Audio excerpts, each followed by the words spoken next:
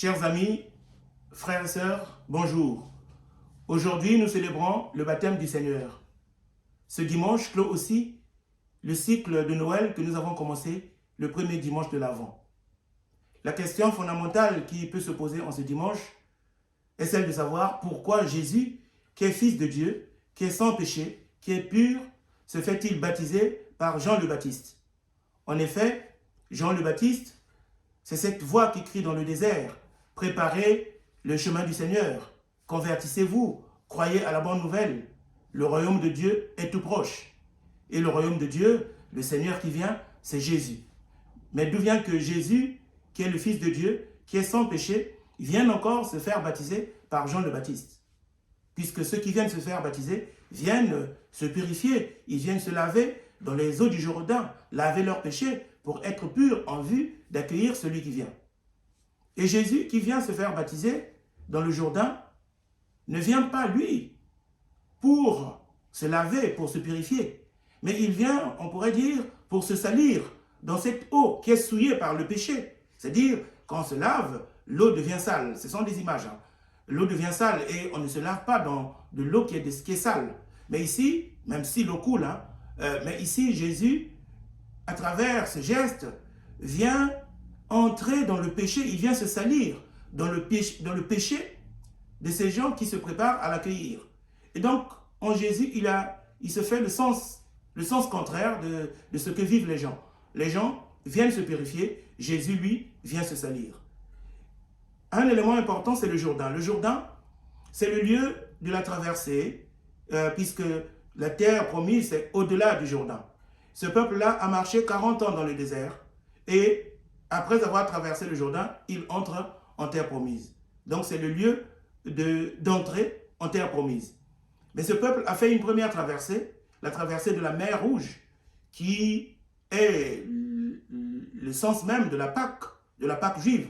Cette traversée qui les fait marcher dans le désert jusqu'à la traversée du Jourdain, donc l'accès en terre promise.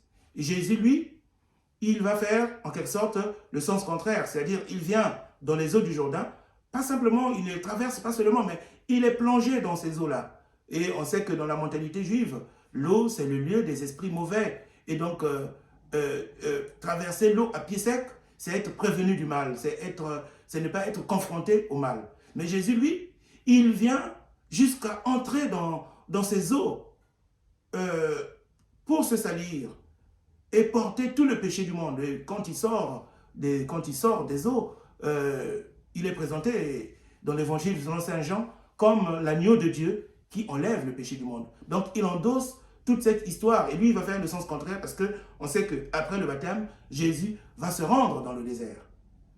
Une manière de dire qu'il récapitule toute l'histoire du peuple pour la faire entrer dans une autre dimension et dans une dimension qui n'est pas simplement dimension du peuple hébreu, mais dimension universelle. Parce que lui, il est le sauveur de l'univers. Donc Jésus ne vient pas de se faire baptiser pour se purifier, mais il vient plutôt se faire baptiser pour porter ce péché-là, le péché du monde, pour s'insérer dans l'histoire du peuple de Dieu, dans l'histoire de l'humanité. Mais ici, il ne s'agit pas simplement de pérorer sur le sens du baptême de Jésus, mais surtout, le baptême de Jésus nous invite à réfléchir sur le sens de notre propre baptême. Et beaucoup de gens insistent beaucoup sur la forme, sur le rite. On pourrait aller dans le Jourdain, se faire baptiser dans le Jourdain. Ce n'est pas ça le plus important. Le plus important, c'est de voir quel fruit mon baptême porte dans ma vie.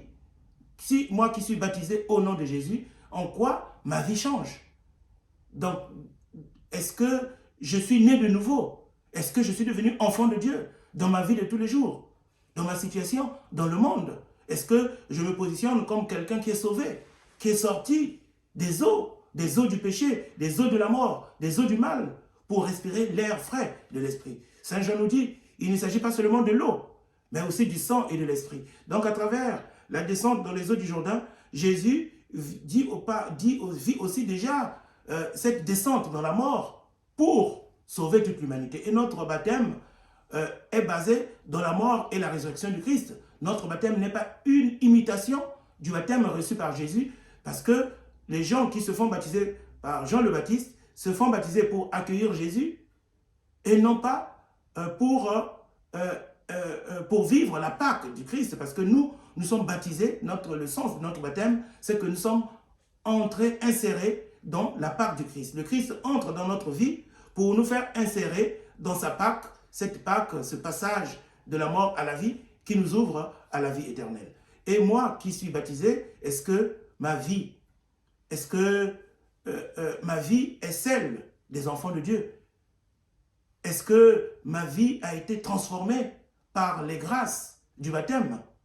Est-ce que, en tant que baptisé, je suis sorti de ces idéologies mortifères du tribalisme, de l'égoïsme, de l'indifférence, où je regarde l'autre comme un ennemi à abattre et non pas comme un frère, une sœur à aimer?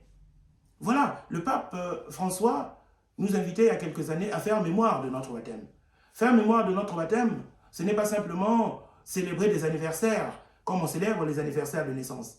Mais faire mémoire de son baptême, c'est sortir de cette amnésie qui nous fait oublier souvent ce que nous sommes. Parce que dans la vie de tous les jours, nous ne vivons pas nécessairement comme baptisés.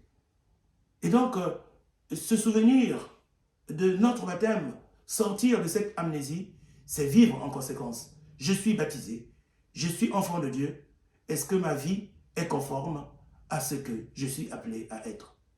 Vivons donc, frères et sœurs, en enfants de Dieu, et surtout au début de cette année, je vous souhaite de vivre vraiment en enfant de Dieu et d'être les témoins de l'Évangile.